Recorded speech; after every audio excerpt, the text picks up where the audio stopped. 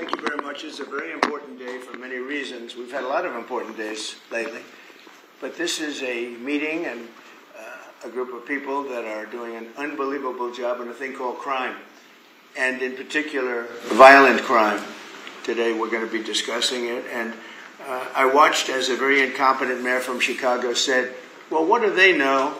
They only arrested 9 people. I said, 9 people? We didn't arrest 9 people. We actually arrested a total of well over 1,000 people. We took hundreds of guns away from young kids that were throwing them around like it was candy. We apprehended scores of illegal aliens. We seized dozens of illegal firearms. There have been 0 murders. It sounds sort of terrible to say. It's embarrassing. I did this over the weekend. I'm making a speech, and I acted like I was so proud as I said, we've had 0 murders in the last week. And some of these people were from foreign countries. They said, that doesn't sound so good. And I said, well, it doesn't sound good, but Washington was the most dangerous place in this country. And now, you know what? It's probably the safest place in our country. Everyone's starting to come here. The restaurants now you can't get in. Many of them closed because they couldn't open with crime. Everybody before me is happy what I'm doing. Most of you won't say that because you're radical left. The newspapers are so dishonest. The press is totally dishonest, but that's all right. We've gotten used to it.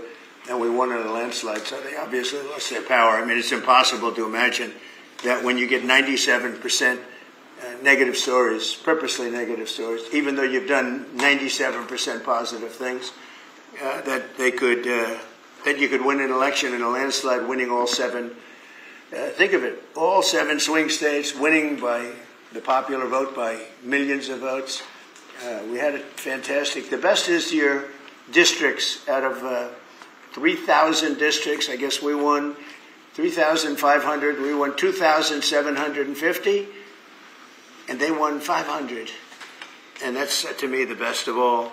And we had tremendous in every way, the election. And it's hard to believe you can do that when you have a corrupt media. But many of you are corrupt, and it's nothing we can do about it. But we keep winning, and we're going to keep winning. And this whole story on crime is incredible that the Democrats wouldn't be with us. So the mayor of Chicago, I watched him this morning, he said, Trump doesn't know what he's talking about. He only apprehended 9 people. Well, number one, that's false. It's thousands. We'll get into that. But more importantly than anything, we took guns away. We have some of the worst career professionals out of the country already. They've been taken out of the country, and some are in solid confinement because these were killers. We arrested some very bad people. And in the last 11 days, again, I hate to say it because it sounds so ridiculous, but in the last 11 days, we've had no murders. And that's the first time that's taken place in years, actually years. We always have a murder a week. They call it a murder a week. You come here from Iowa, you come here from Indiana, you come here from Idaho, because you're so proud of your country, you love your country, and then you get murdered, your son gets murdered, your daughter gets murdered, you get murdered. See the media, you get murdered. Many of you have been mugged in Washington, you just don't want to talk about it. And I know that every time I do this with you almost everything, but every time I do this with you people are saying to yourselves, he's right, and then you write a negative story. But we are doing an incredible job. The people behind me are amazing. We're working very well with the Washington police, as you know. The D.C. National Guard is unbelievable. We're also getting tremendous help from Secret Service.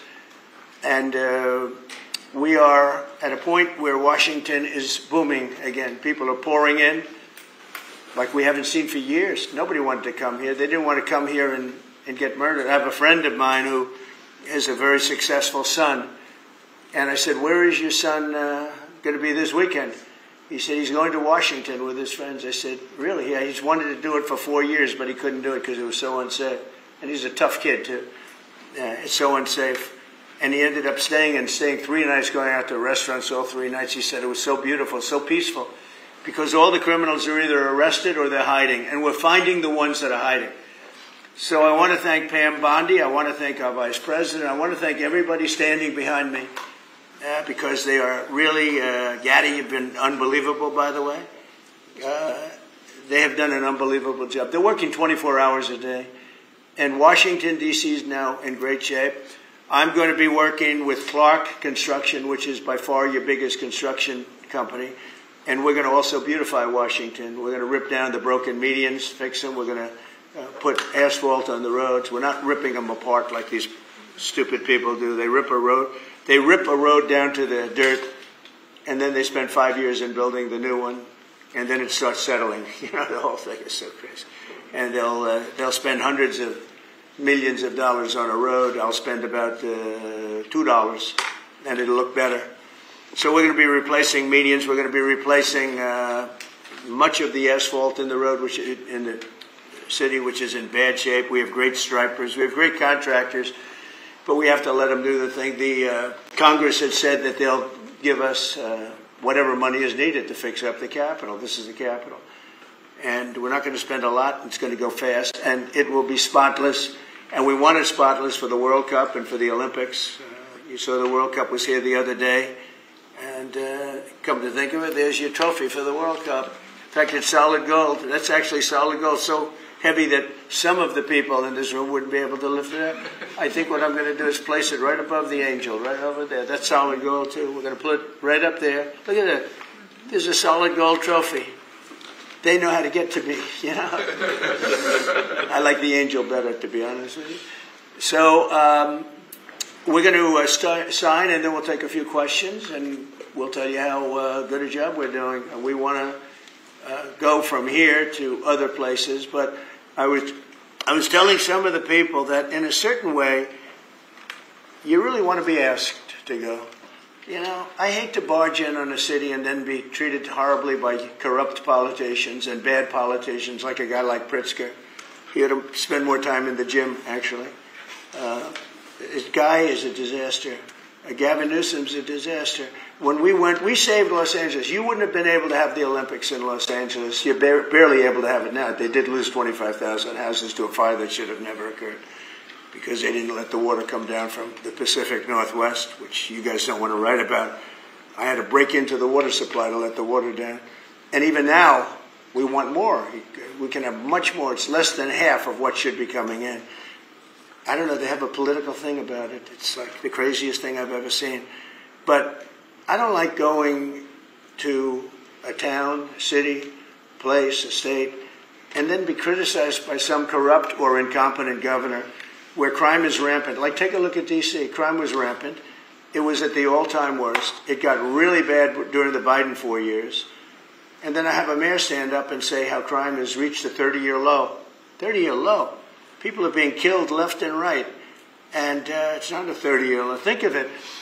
So for 11 days, there have been no murders. The record goes back years where that's happened. They haven't seen that happen in years. And then people stand up, and instead of thanking us, which they should do, and she's not that bad. She's better than most. But, you know, you have people, I watched in Illinois, Chicago, Illinois is a disaster. I have property there. It's a disaster what's going on in Chicago. And you get Pritzker, he's violating our rights. I think this is another men and women's sports thing. I think this is one of those, you know, they call them 80-20 issues. I call them 97-3. I think the Democrats better get smart. And, you know, politically, I hope they don't. But actually, in terms of love for the country, I hope they do, because it would be good to work together. So I'm thinking about, you know, when I have some slob like Pritzker criticizing us before we even go there, I made the statement that next should be Chicago, because, as you all know, Chicago's a killing field right now. And they don't acknowledge it. And they say, we don't need him. Freedom, freedom. He's a dictator. He's a dictator. A lot of people are saying maybe we like a dictator. I don't like a dictator. I'm not a dictator. I'm a man with great common sense, and I'm a smart person. And when I see what's happening to our cities, and then you send in troops, instead of being praised, they're saying you're trying to take over the republic. These people are sick.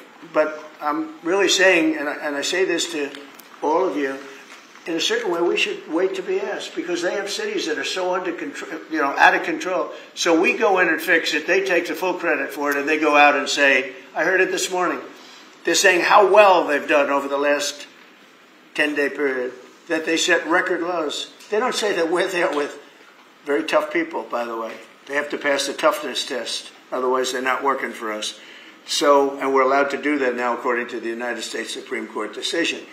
Now, they have to pass a toughness test. If they're not tough, we don't want them for this job. They might be great for other jobs, but not for this job, because they're respected. You saw the gang of kids. They were all huddled up, and a group of soldiers walked up. They never even got over. Those kids ran back to their homes or wherever the hell they came from. They were gone. This is one of the safest cities right now in the world, as crazy as that sounds. And it took 7 days. It took really 3 days, but we're now in our 11th day. So I want to thank you. So we had all of these things, 439 illegal alien criminals have been removed, and we have 6 known gang members, some of the worst leaders of gangs anywhere in the country, MS-13 and Tren de Aragua. We have 2 missing children that have been recovered. They thought they were gone. We brought them back to the family. The family started crying. They couldn't believe that they saw their child again. 49 homeless encampments have been removed. Like we have the head of South Korea coming in a little while, the president, and he drives down the street. Already, his people have told me, he said, what happened? It's so clean. We always came here, it was filthy dirty with homeless and papers all over the road. That's the other thing. Those roads are swept immaculate. But they're going to be much better in a few months when we put a topping on them. They're going to look like they're brand new. We'll get rid of those rusty old medians that have been crashed into 1,000 times, and they don't fix them. They just let them. They lay them down on the road, and they sit there for months. But we don't do that. We don't run things. We run things like we run this. We like clean, we like beautiful, and we like safe, and that's what we're getting. So I'll start signing the executive orders. To me, this is a very, very big deal. One of the executive orders has to do with cashless bail. That was when the big crime in this country started. And I can tell you who did it, when, but I don't want to do that because others followed pretty quickly. But that was when it happened. Somebody kills somebody, they go in, don't worry about it, no cash, come back in a couple of months, we'll give you a trial. You never see the person again. And, I mean, they kill people and they get out. Cashless bail. They thought it was discriminatory to make people put up money because they just killed 3 people lying on a street. Any street, all over the country, cashless bail. We're ending it, but we're starting by ending it in D.C., and that we have the right to do through federalization. Okay, let's go. Could I ask you to say exactly what this is? Of course. So, as you've consistently identified, sir, cashless bail policies are a key driver of the disorder we see on city streets all over America. Catch and release system allows criminals to keep going back out onto the street and reoffending. What this executive order does, it charges your attorney general with identifying jurisdictions all over the country that have cashless bail policies, and then it withholds or revokes federal funds and grants that are flowing to those jurisdictions to ensure that we're only supporting the people who have reasonable common sense policies around crime. So what area does it cover? Potentially anywhere that has a cashless bail policy. So some of the largest cities, some of the most left-wing states in America have adopted. All of them, right? Illinois would be a great example of that, sir. Oh, they have a great cashless bail. You don't even have to go to court sometimes. No, Illinois, I love that state. It's a great state, but it's run so badly by Pritzker. They threw him out of the family business, and he becomes governor. Now he wants to run for president. I don't think that's going to happen. Okay, we'll sign right here, right? Sir. So important. And this is